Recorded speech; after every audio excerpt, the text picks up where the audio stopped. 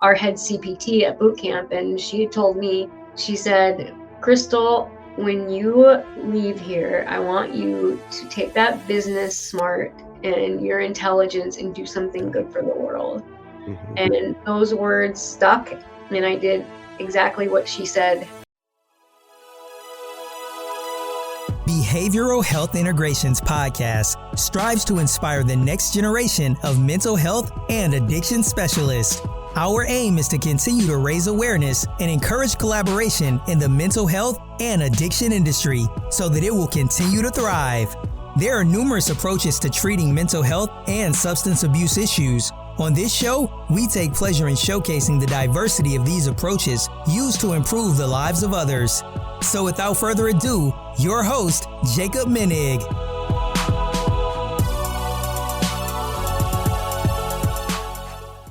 What is up, everyone? This is Behavioral Health Integration. I'm here with my amazing special guest, Crystal Hill. Crystal, thank you so much for being on the show. Thank you for having me, finally.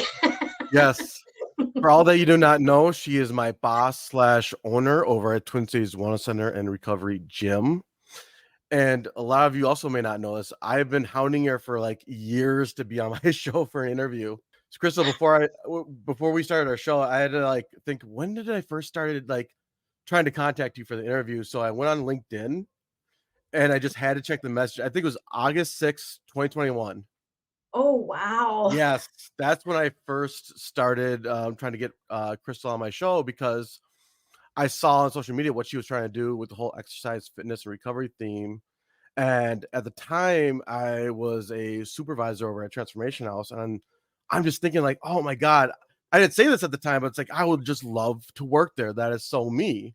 So that's why I just had to get Crystal on my show. So again, thank you so much. Yeah, and it's proven to be you. It is the perfect place for you. You fit it in every aspect: the mental health, the substance use, and the fitness. It's like you're just a winner all the way around. Well, thank you. No, thank you. I really appreciate it. Actually, yeah, I mean, not to brag, it was just, I love exercise and fitness and what it could do. I actually got started in the field that way, where I was a personal trainer at an adolescent treatment center over at Anthony Lewis Center. I'm not sure if you ever heard of them. Yeah, so I was a personal trainer there, and then I became a tech, and then from there on, rest was history. So yeah, that's a great start for me, and I'm really happy where I'm at. And again, thank you so much, Crystal, for being on. I know we're gonna have a blast. Yeah. Can I just say something, Jake? Yeah, please. It's the confidence that I've seen you gain in about a year and a half that you've been on the team it's unmeasurable. It's so much. And then to be on here with you and feel your energy and the confidence you have, it's effing awesome. So this really is a pleasure that you allowed me to do this. Thank you. Well, thank you again. I just greatly appreciate it, and I just again love what you've done for the field of recovery and your passion and motivation. It just really shows. For again, a lot of you that don't know, we're going through a lot of changes at Twin Cities Wellness Center Recovery Gym, but for the better, as we're reconstructing and growing. And I've always wanted to tell you this, where again, I love your just motivation. And I've had owners, no offense to the owners in the past, but I've had so many owners who would talk the talk but never walk the walk. Crystal firsthand is walking the walk. When she says something, she freaking does that, and I love that about her. Just with just all the designs and all the adding on, you're talking, but then you had the construction people actually do it. You had the designs, and you actually freaking did it. And not many owners are like you. So again, I really appreciate and respect that about you. Thank you. That means a lot, because I can tell you this, I don't feel like I'm one of the greatest owners. This field's hard. It's nothing what I expected it to be. So it's hard to be confident in my role. So to hear positive feedback like that really means a lot. Thank you. Well, absolutely. And just where you came from, where we all came from, and how you persisted and overcame your barriers is just simply amazing. Yeah. And now we get to help other people do the same. Yes. And right off the bat, I know some of us already know this, but would you mind telling us a little bit about yourself, kind of like how you grew up. Like, did you grow up around Minnesota and what that was like starting out? So growing up, we could be on here for like the rest of the night if we really went into it. In a nutshell, I was born in Florida. Okay. Parents divorced when I was about 8 years old, Okay. and that we moved to Ohio, where my mother was originally born and raised. By the time I was 12, I was kicked out and kind of living with, not on the streets per se, but with like either friends that I went to school with, their parents would take me in, or like I Okay. lived with my grandma. Just I lived in a lot of different homes after 12. But I finally moved to Minnesota myself to stay for good. When I was kicked out of the state of Ohio for getting caught with a bunch of weed, and one of the stipulations for not going to be taking the charge was to be gone for stay out of the state for 2 years. So Really? that kind of brought me back to Minnesota, where I had ties, and I could start over, and I haven't left since.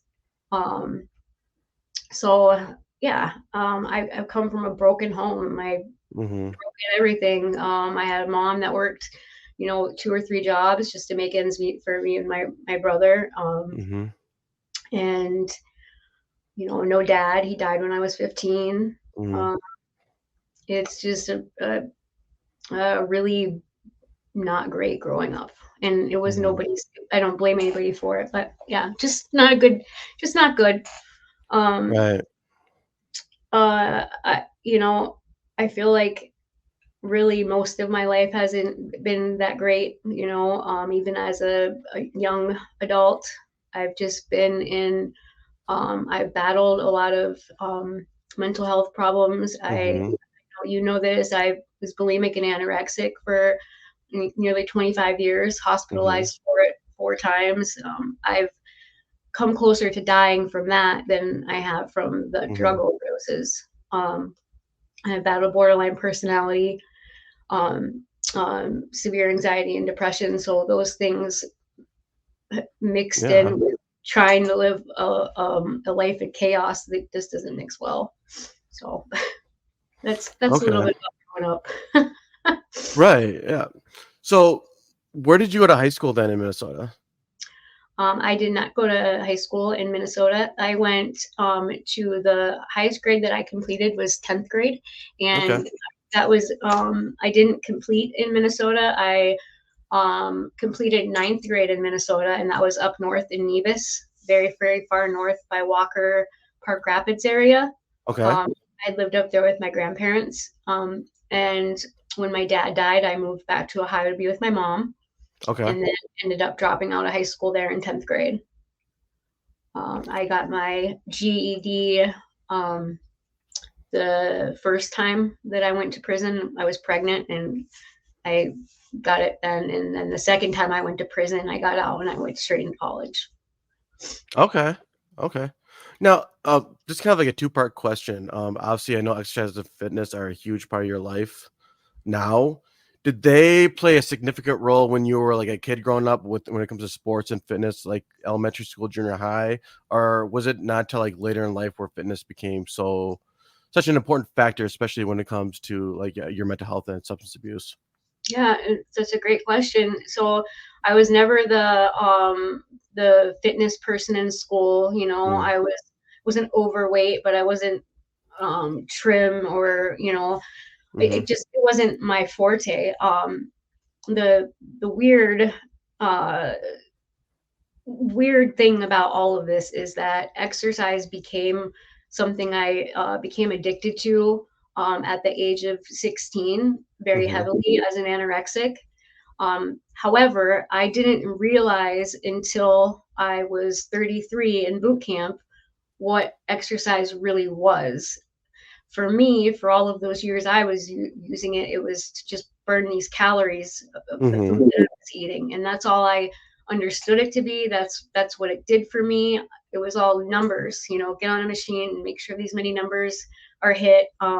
Then when I went to boot camp, and in remission of my eating disorder, not being able to, use those behaviors. And the first thing that they had us do in the morning was 45 minutes of PT, Wow. physical therapy. So we spent 45 minutes doing like the Reebok step tape, or every other day running 3 miles. But that was the very first thing that we did every single morning, not even 15 minutes after we were awake calling in. So 6 months straight. And then when I was released from boot camp, I went straight into treatment. And you go into treatment, an inpatient that I had went to, it's really hard to keep that routine going. And so I didn't have that routine. And it wasn't not even a few weeks later that I realized what was happening to my mental health, because I was already considering starting to collect money that was owed to me from, people that took my stuff or owed me money for drugs. Just thinking, very distortedly. And I talked to somebody about it at treatment. Her name was Nia. She was the fitness person there, staff person. And she said, this is what happens when you just stop your routine. And she said that she would help me. She'd come to the house while I was in treatment every morning and work out with me if that's what I wanted. And I did, and she did. And I felt so much better. And I knew then that fitness would always be a part of my recovery. And well, that's an amazing story. Yeah. Wow. I can't imagine how impactful that was and how you're able to carry that on to now. It's a beautiful thing. Yeah. There's a point when I didn't think that I would be able to exercise. When you go through eating disorder treatment, they take that stuff away from you. They take the scale away from you. They take the exercise away from you. And, you just think that I'm never going to be able to do those things. And then I learned that I could do those things in a much healthier way, for a better purpose. And I'm so glad that it ended up that way. I just wish that I didn't spend 25 years, beating myself up and destroying myself using exercise. Oh, absolutely. As we all know, a lot of people in recovery, especially when they're first entered treatment, their motivations may not be the same as others just to get by. Some might just want to be like, okay, I have no desire to quit using drugs and alcohol. Or some are like, well, let me try to get through the program, then I'll start using again. Or some will actually gain the motivation to become substance free and want to live the substance free lifestyle. Question for you is, when did you finally have that aha moment? Was it like your first treatment center, or was it your first stint in jail, or did you still have the mindset of like, I don't have a problem? The day that I chose to go to boot camp, or that I was picked to go to boot camp, where they call you and you're like, head out there, you're going to get on the black line and do your thing. So they ran us around. It was, freezing cold out, as doing push-ups in the snow, and beat the crap out of us, and by the end we're all standing there trying to be in attention. And I remember the 4 or 5 sergeants coming up to me, and when my piece of my hair had fell, so I fixed it, and they're like, what, you think you're a pretty girl, you can just fix your hair whenever you want it? And I'm just like, oh, I cannot deal with this for 6 more months. And then they asked everybody a question, and they said, see those doors right over there? They were the prison gym doors. This is your last chance. You either want something different or you don't want something different. And if you don't want something different, here's your out. And I looked at the doors, and I told myself, it's mind over matter, Crystal, and it's time. You got a kid and he needs you. And that was my decision. Ain't no going back. Wow, that's such an amazing emotional point just in your life. It seems so powerful just thinking about your son. And also, can I add, was there some form of camaraderie between you and the other ladies too that made it stronger as well? Well, no, we actually pretty much all hated each other. Oh, really? That did come though. That was really one of the scariest parts going in, is that, we were all there for ourselves and not friends. And, but that changed, 2 months into it, after the storming and the norming, and then it became, the most solid connections and sisterhood that you could possibly imagine. Do you still keep in touch with some of them? Oh, absolutely. Yeah. Yes. Yeah. We're sisters. We have our tattoos that we went and got right away. And Oh, wow. yeah. Yes. That's really cool. It actually reminds me of Navy SEAL training when I had the Navy SEAL gentleman on my show earlier. It's like what the Navy SEALs do is they have a bell where if you quit or want to quit, whatever, you ring that bell to indicate that you're done and you're leaving. So it seems somewhat similar just in that moment when he said, you know, the door is right there. You could use it. Yeah. But for you, that wasn't an option. No. Yeah. It was. I mean, obviously it was an option. But for me, with where I was at with you know, my drug charges, I had 2 first degrees already, serious first degree possession. So the next time that I were to get into trouble, I would go straight to federal prison for 3 strikes. So there wouldn't have been anything under 10 years. And Okay. I wasn't willing to lose 10 years of my son's life that I just gave birth to a year ago, you know? Also, so when you were in prison, did they have like any LADC program for you guys or for you ladies? Just like what we do at the treatment center, just groups and stuff like that, or any other type of services to help you? Yeah, so they have like CD is a big portion of it. There's CBT is like 2 hours a day, and then there's 6 hours it's not necessarily drug treatment, but you are with, I don't know if they're licensed alcohol drug therapists, but I want to say that they're maybe they are, but definitely licensed mental professionals there that you work with 6 hours a day. So when you graduate, it's considered that you did 6 hours of drug treatment per day. You know, 2 hours of CBT, an hour of military drill, and whatever things are. All right. Just curious in your thoughts on the whole prison and jail system. I won't get too much into this, but like through your experience, is there a lot of things that the jail prison system can do to help inmates out in recovery or just better their lives? Because it just seems like there's a lot of issues within that system that they could be doing a lot more to help people in need. Yeah, you know, I never thought I would say this, but as a community member on the board of the Minnesota Department of Corrections, the Evidence-Based Theory Committee or Evidence-Based Practice Committee, we meet, and then the things that we discuss or we're tasked with go to the commissioner. I have learned so much about the methods and the projects that they have going, trying to, you know, do better and provide better for us, you know, coming out of prison. I can't say that when I was in prison or even shortly after prison, I would have been able to say that, because that is not what it seemed like whatsoever. I wasn't in the mix either.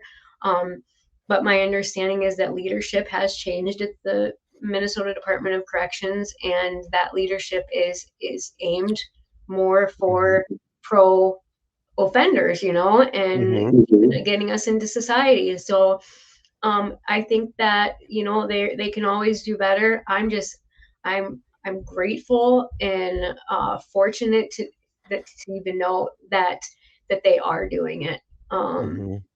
And trying to make a difference. Yeah, there's this term too. I know they passed a law recently where past criminal offenders can work in the behavioral health field. And again, I forgot the term that it's called, because in the past they would have to go through so many hoops to, again, work at a treatment center as a tech or in any capacity. And now they have more of a chance to do that. Yeah. Even the set aside, you know. Yes, that's it. Yeah, the process is, you know, it's changed. It's easier. Like the first time that I got a set aside, obviously it was a pain in the butt. I had to do a whole bunch of stuff, but then I got that set aside. And then when I wanted to, you know, work at another place, I had to go through it, the same stuff again. However, that changed, and they made it to where once you've went through the process once, the next time you go through background study, there'll be a little time delay, but you don't have to go through submitting all of those same documents and explaining yourself. So they have made it, you know, somewhat easier. I would like to see them make it a little more easier and maybe expand the bandwidth of the people they allow Okay. to work in treatment centers. We work with different types of people every single day, and it's really hard to say, well, just because this person, made this choice, or maybe it was just somebody that made this choice, can never be an asset to the community that needs it most. So hopefully with all the changes that they're making, that they'll make some positive ones. I would like to see that. Me too. So you get done with boot camp, you're done with prison. Were you still in Ohio, or did you go to Minnesota right after prison? Like, tell me your situation. I've only served time in Minnesota. All my trouble that I've been in is up here, luckily, anyway. So the first time I went to prison, I was 32. I was pregnant. I didn't know I was 6 months pregnant, but I was pregnant with my first child, and it was just a year and a day executed charge for a 5th degree. And then when I was released from prison, I had only had 4 months of supervised release parole, and not even 2 months later, I reoffended and was caught with a lot of drugs while on parole. So that was not good. And then during the time I was fighting that charge, I was out on bail and caught again with a large amount of drugs. So you weren't using, you just got caught with it. There's different stages of using, because I've been down to like the hardcore, the shooting meth and heroin in my neck 24/7. Like, I've been to that point, and I've been to the point where I maybe smoke some, or it just really depended. It depends on what stage of my life I was in to tell you. I can tell you that the first time that I went to prison, I was a lost person. I was hanging out with really bad people. I just didn't care. I wasn't so much selling drugs. I maybe like little to just support my habit. But it was after I got out of prison the first time that changed, and I went to the bigger stuff and started to be more serious about it. And it's funny when we're talking about this, because I had an exact conversation with our head CPT at boot camp, and she had told me, she said, Crystal, when you leave here, I want you to take that business smart and your intelligence and do something good for the world. And those words stuck, and I did exactly what she said to do. I'm so grateful that she said that, because just hearing that from somebody that was, influential and professional and really gave a crap, it planted a seed, and it's what I went for. Learn to do business, efficiently and legally. Yep. I got to ask you, and this is like a typical question, like your first year in recovery for you, what was the hardest piece just being in recovery? Was it life, people you were hanging out with? My first year in recovery, I was basically locked up, and I was locked up. Could I have got drugs in prison? Yes. Is the drama worth it? No, because I would have lost my boot camp. I feel like it wasn't hard to stay sober. You do your time, and that's the way it is. Now, if somebody would have put a needle and meth in my face, I don't know that I would have said no. The biggest challenge for me was walking outside of the prison walls. I learned so many tools and gained so much valuable insight and an amazing support system inside prison walls, in boot camp. But the real test is when you're out, and that's when it was hard, right away. It ends up being the people of the past, the ones that owe you money, the ones that... Yeah. Do you think social media makes it harder for people, especially in treatment now, because they're so easy to get a hold of on Facebook, Instagram?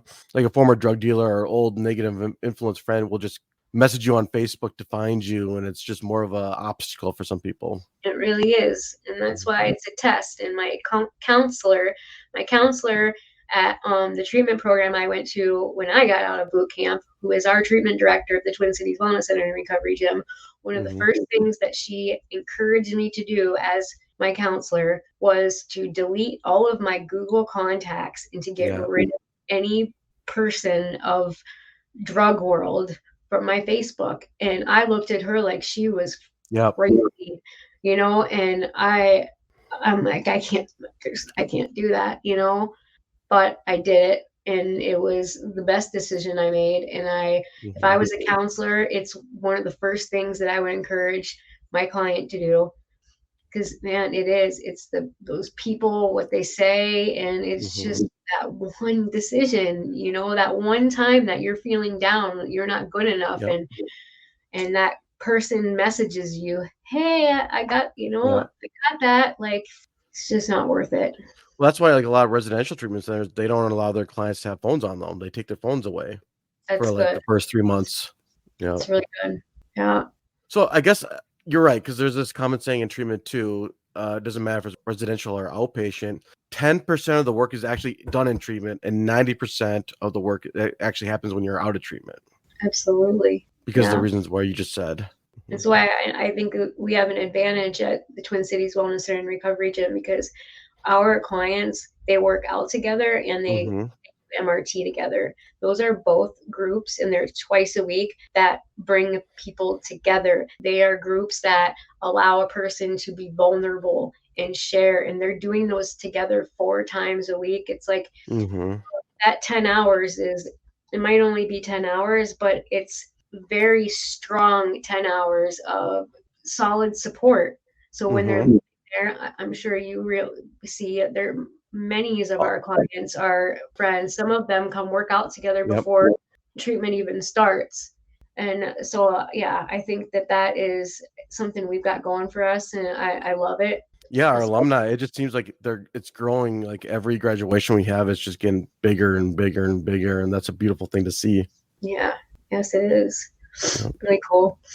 It's such a awesome thing. It really is, and it's really gonna pan out. And yeah, it just means so much because again, it's like that visual learning where the clients can like look at the alumni, especially if they can relate to their situation. Like, oh, like if so and so did it, I can do it, and they see what amazing things like a certain individual and the alumni are doing, just setting that really great, amazing example of being in recovery and what you can accomplish by going back to school, getting a good job, getting married, raising a family, all these great, amazing things that we as human beings all want. It could be done.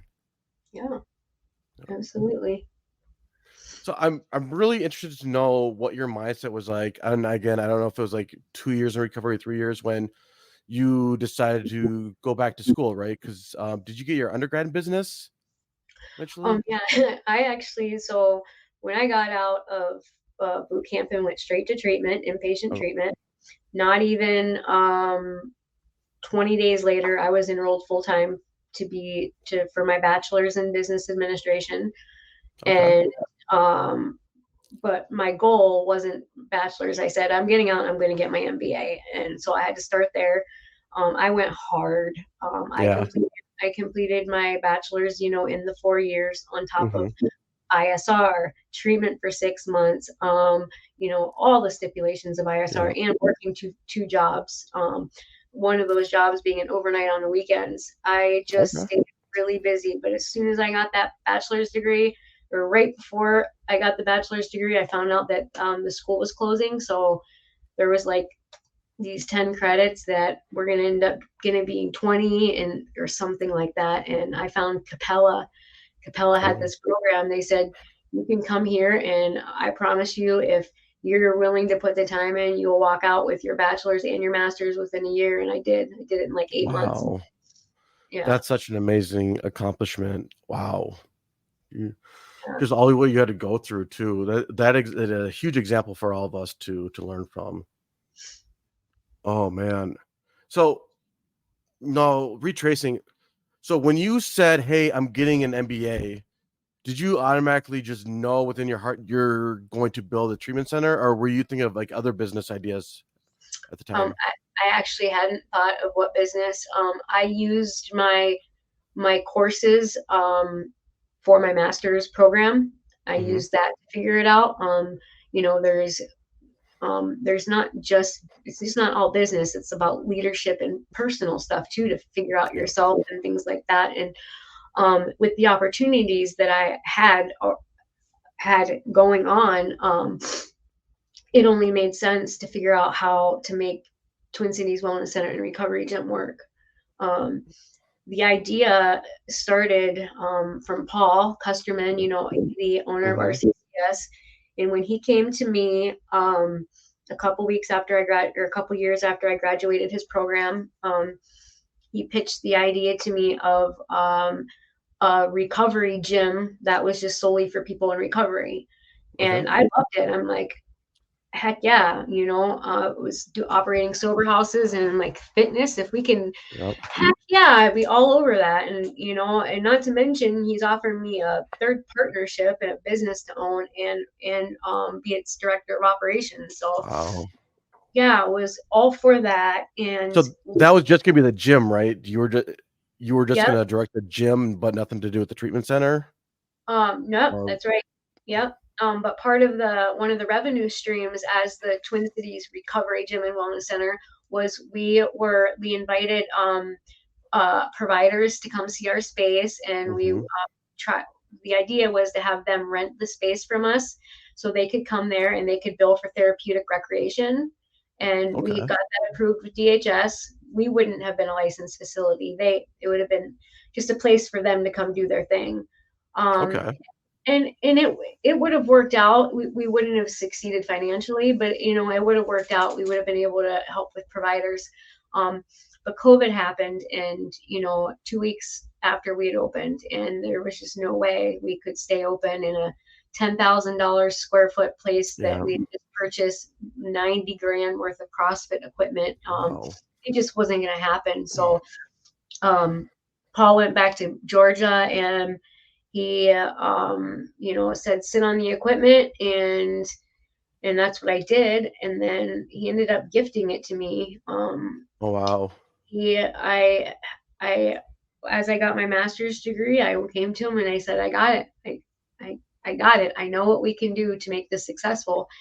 And I showed him the research, all of my paper, my master's paperwork, that assignments that Wow. I turned in about, everything. And the main one was how to pivot the Twin Cities Recovery Gym and Wellness Center. And that pivot was to change it to the Twin Cities Wellness Center and Recovery Gym. Mm-hmm. And we would offer treatment services that incorporated fitness into the programming. That way we were still serving the population Mm-hmm. we were after.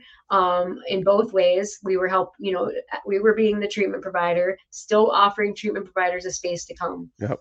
do it. And when I came to him with that, his first thought was, Yeah. hell no, we've been in that business for 30 some years. I went out of the treatment world, but it Yeah. wasn't much longer that he's like, yeah, it doesn't. It makes sense. Yep. And obviously I don't, as somebody that is, just about to graduate her master's degree, 5 years out of prison, just operating sober homes. Like I Yep. don't have money, and I even own my own house. I can't start $150,000 minimum 150K Yeah. startup. That's with already having the gym equipment. So he offered to invest, and he helped find another investor, and I pulled Nice. my weight, and we put it together and did it. And it's I don't know, it's just even crazy to talk about. It is. I swear to Unbelievable. God, I think we're the only treatment center in Minnesota who's like this, which I love. I absolutely love it. Like you cannot compare. Just for everyone, if you go to our website doesn't do us justice. You need to go there No, and check out the amazing fitness center, the weight room. Again, I know other places have something similar, but nothing compared to ours. And again, not wanting to out your information, we are growing, we are getting more stuff. And again, I cannot wait to see it when it's all done. our gym is going to be from 3,300 square feet to 70. Yes. It's going to be 7,400 square feet by April 1st. Nobody can hold a candle to us. Nobody can. And not to be braggy or anything, but it's such a beautiful thing to see, and I love it. But I gotta ask you. So when you went on this journey, did you have your worries about pushback? Let's say, like, I don't know. Did insurance companies like ever give you pushback on this idea? Yes, it was definitely, like DHS said, even the licensor in the beginning, this is an unknown territory and nobody's familiar with it, so it's gonna going to take, some adjusting, and there's going to be lots more questions than there typically would be, but they loved the idea. The only pushback that we received, and I wouldn't really even call it pushback, our first site by Optum, when they came, she said the same thing. She's like, we have never seen anything like this, and we just want to make sure that we have our ducks in a row and that you're doing things right. And after she realized what we were doing and saw it, she was like, they were thrilled to be able to contract with us. Health Partners, they had said no in the beginning until I wrote a letter to the CEO of Health Partners, and somebody called me back like 4 months later. And so they ended up seeing how we are something different. The only payer what was their reason for rejecting you? Don't they have to give you a reason? Well, the main reasons are because the network is saturated with and they always say that. Yeah. Blue Cross Blue Shield will not, they have just turned us down one time after another. We won't even deal with them anymore. Yeah. But everybody else has been, they've been great. And from listening to all of the hype about field and about DHS, like, I'm not gonna lie, I was scared. Like, even though I know that I'm true to myself and that I'm not gonna do anything illegal or wrong, it's still just very intimidating. I did not get the feeling at all that I was gonna have these people on my side. I thought I just pictured them as people that were gonna be out to get me and shut it down. And it's not even what it was like at all. Christy Strang at DHS, I think she's a supervisor. She was just really transparent, honest, and helpful. There's a couple other ones that I would shout out if I could think of their names all together. Sue Shagrati. But they have been just really, really helpful, and that has meant a lot. I expected not just pushback because of the gym piece. I expected it because of who I am. Because I'm a 2-time first-degree felon, just got off paper, not even 2 months after we opened. Like, who is this girl, and how do I get these professionals that have been doing this for their entire lives to respect me and what I'm trying to do? I feel like for the most part, it hasn't been too bad. I think it would be the same in any business. There's going to be people that hate, and there's going to be people that want to help. And I've learned who those are in this field real quick. Oh, absolutely. Like, the funny thing is, especially about the billing piece, before I worked here, I worked at other treatment centers, and I would do billing as therapeutic rec, where we would add physical exercise, and obviously nothing like Twin Cities Wellness Center, but like, I would take clients out for a walk and express like what kind of mindfulness stuff I would be doing with the clients, but it's still therapeutic rec, and I go outside and we do it. So yeah, I can imagine it just being similar to, again, just lifting weights and stuff. So I think we really think we're onto something, Jake. In the next couple of months, with like having between you and Jordan, us being able to have the full curriculum of what those wellness groups are, the working out, and the dietary services that have been added. I think that it's gonna really push us to the next level. Yeah, it's gonna change the game. Oh, absolutely. I mean, the game's been changed. I know. I love it. I love it. Also, what I was thinking, so again, I know you needed like a lot of support through this process. Obviously you have to like hire a treatment director. Like, were you ever nervous about like trying to find the people, especially in the early days? I would hear stories like there'd be like, I don't know if it was Deanna or whatever, but like you'd have to hire a director, counselor, and there was like, I remember like you had 8 clients in one room. And yeah, it was not an easy process coming into this whatsoever. We lucked out with the treatment director who was retirement and ready. He could have just been done. he didn't need to, and especially for the rate that we could only pay him, as a startup business. But he loved the idea and said that he would love, before he leaves this world, he would love to be a part of something new in this field. And so that was his reasoning for helping us out. It just ended up being that he's a great person. It's just, this is really fast paced in what we're doing. We just required more, a treatment director since then, it was really hard. And like right now, the treatment director we have right now, she's never been a treatment director. She is very experienced in this field. She has all that it takes to be it. And, she's doing this because she decided to step up and do it because of the vision and to help make this thing grow. She's willing to grow and willing to learn so this thing can be a thing, which I think is just really cool and admirable.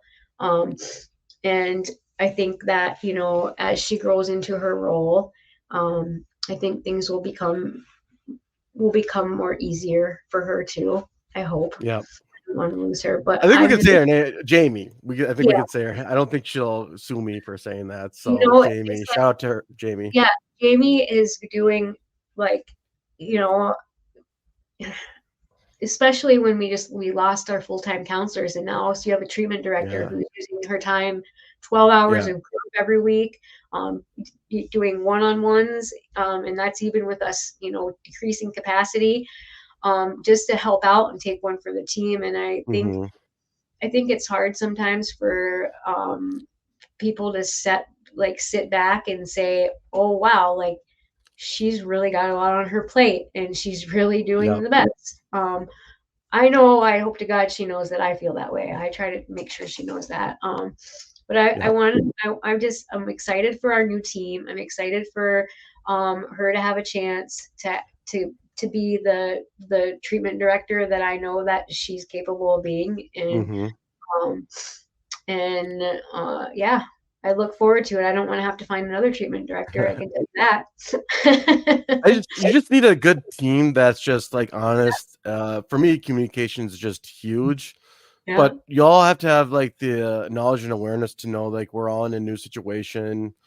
We're all new to many aspects of the job, and throw our egos to the side and just try to help one another rather than get angry and frustrated, which it can be hard because, again, working 40 plus hours a week, dealing with the clients and a stressful job, a lot of factors can cause, obviously, a professional to get a little irritated. But just to know what the bigger picture is the ultimate goal, and how we can all help each other. Yeah. Very well said. Yeah, no, and from your so what I want to do now is just, like, what advice do you have for, let's say, a young addiction counselor, a young professional in the field who wants to do what you did? They want to open up their treatment center and they're really motivated and passionate like you are. What advice would you give them in doing this new journey that they want to do? Don't do it alone. Ask for help. Okay. I think asking for help is one of the hardest things in the world to do. It is for me anyway. But I've learned that it's actually a strength. And there's so many aspects to opening a treatment center. There's just so many. But asking for help and rather than just hearing from one person's experience as a provider that's open in the field, I would talk to a few, several even.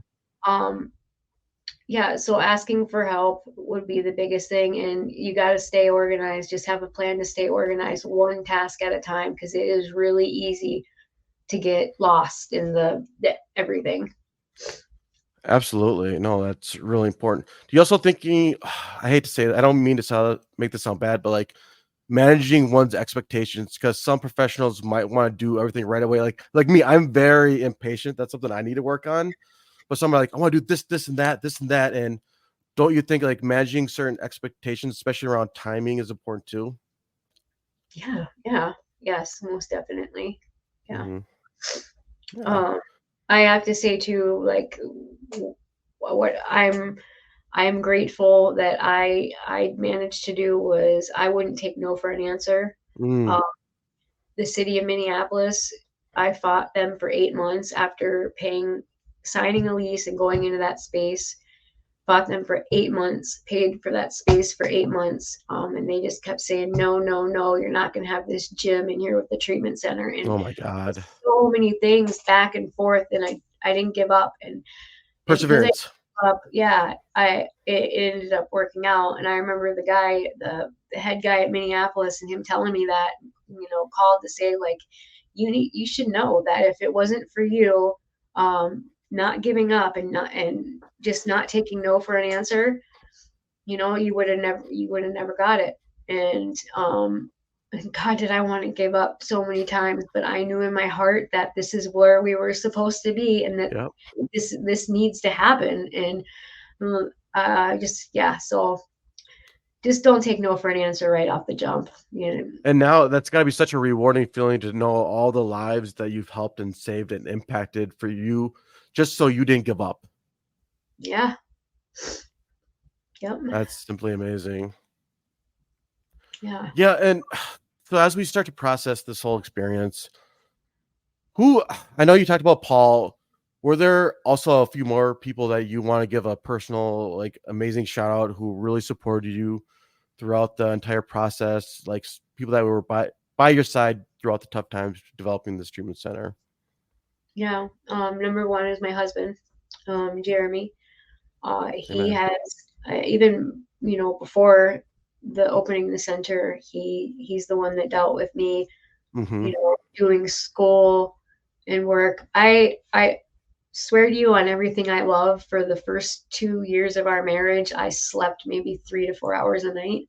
I worked at school. That's what I did.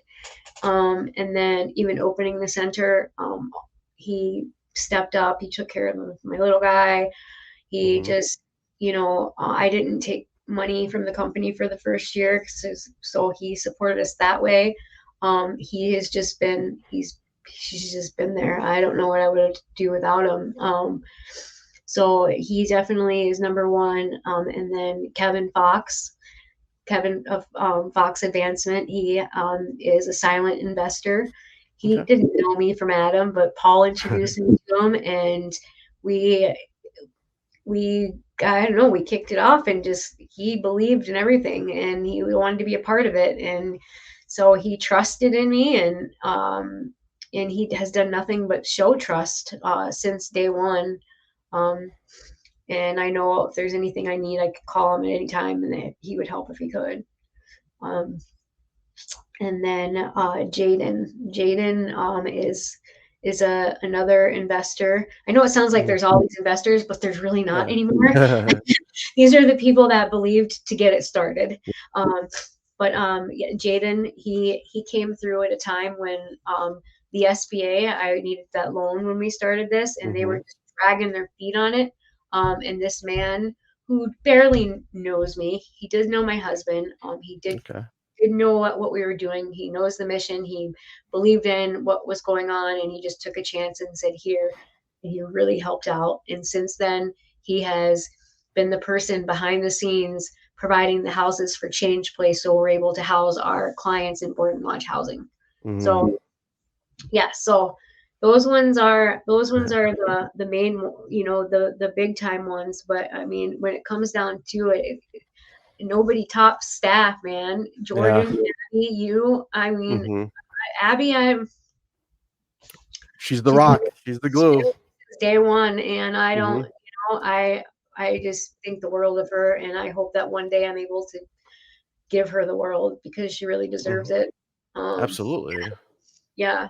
But we were a really great team. I feel like it's going to be bigger and better, and I'm excited for that. Yeah, I think that's really it. Yeah, no, I am extremely excited too, especially about the next few months, just what it's all going to look like. I'm super excited. Yeah. And so now this is the portion where I just would love to ask you about goals. I know we talked about this a couple weeks ago or whatnot. What are your personal goals within the next 5 years? Now, I know it's a big question. Like, you could have goals for the treatment center. You could have goals for yourself. Like, maybe write a book. Again, I'm just throwing that out there. I don't know if you'd ever want to read or write a book, but just right off the bat, like, what are some main goals you would like to accomplish within the next 5 years or so? So off the top of my head, because we did just do the vision goals, Mm-hmm. or amended those. I do want to be a multi-city provider within the next 5 years. I don't know what city Nice. that is or what state that is, or what it is, but I do want Joint Commission and to be somewhere else in the next 5 years, duplicated. In the next 5 years, sooner for sure, I want to be able to go to the insurance payers with raw data that we've been collecting them to Mm-hmm. show what the impact exercise and the nutrition has in treatment.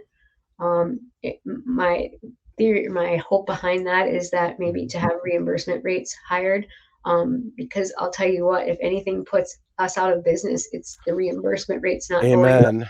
We can't Yep. pay. It's like really hard that you can't, like, you gotta worry about how you're gonna give somebody a raise or compensate them, because, like, well, we're not getting any more money. Like, It's we're not horrible. getting more money, but we gotta make sure the employees are taken care of. But we can't do that unless we have more money, which means you have to go bigger. So it's like, I hope they get that figured out with legislation. Me too. So my part in that whole thing is to at least advocate for us and to try for those reimbursement rates. And I believe that showing outcomes of the program is a good Yep. way to start there. In the next 5 years,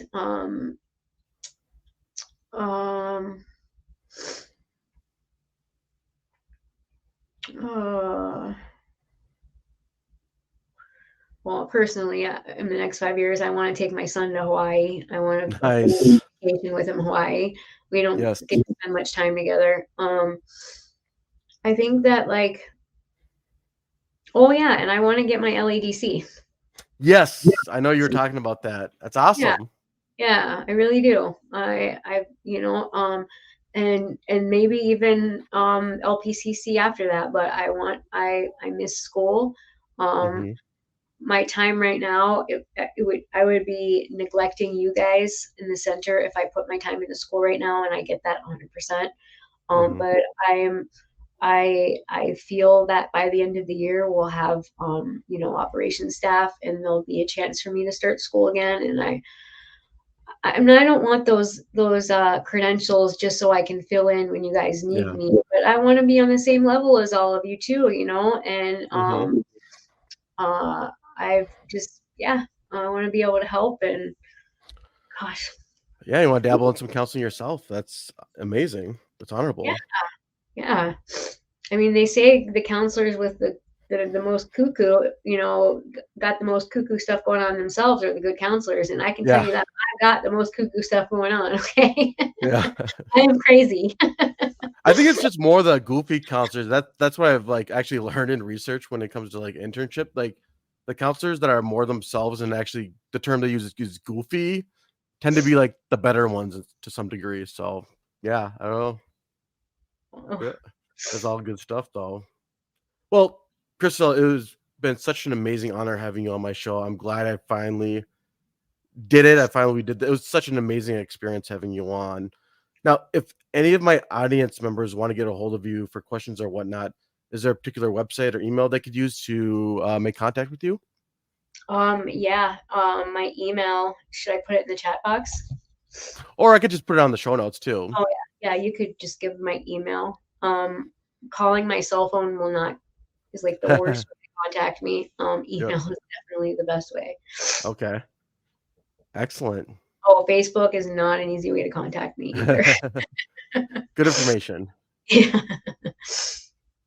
Well, like I said, it was such a blessing having you on my show. I learned so much from you, and I feel blessed having you on. And again, just really thank you. I appreciate the time you gave us. Yeah, Jake, this is great. It was really cool. I love seeing you in this element. I really, really do.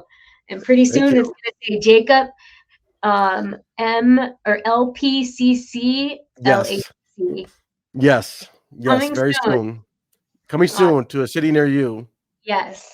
All right. I want one of those t-shirts. You will. I will get you one for sure. All right. Cool. Good stuff. I again want to thank Crystal Hill for being an awesome and amazing special guest on my show. I was super excited to have her, and I really learned so much from her and her experiences that made her into the amazing person that she is today. I just want to thank all of my listeners for your support, and just to inform everyone that the information expressed in this episode was not meant to be taken as therapeutic advice. If you do find yourself struggling with any type of mental health or addiction issues, please seek the care of a medical doctor or a licensed mental health therapist. And if anyone has any further questions for me, you can reach me at my email address, behaviorhealthintegration121@gmail.com. You can also find me on LinkedIn at Jacob Minig, where you will find more educational posts on psychotherapy, trauma, and addiction. And finally, you can follow me on my website, which is behaviorhealthintegration.org. I also want to inform everyone that there is a great new device out there called CalmiGo. It's a breathing device meant to control and manage your breathing rates and the depth of your breathing as you inhale and exhale to again help relieve any type of anxiety and stress-like symptoms. And if you do put the BHI podcast into the promo code, you get $30 off this amazing device. It is a once-in-a-lifetime deal, and you will not be disappointed. All right, everyone, until next time, have a good day. Bye.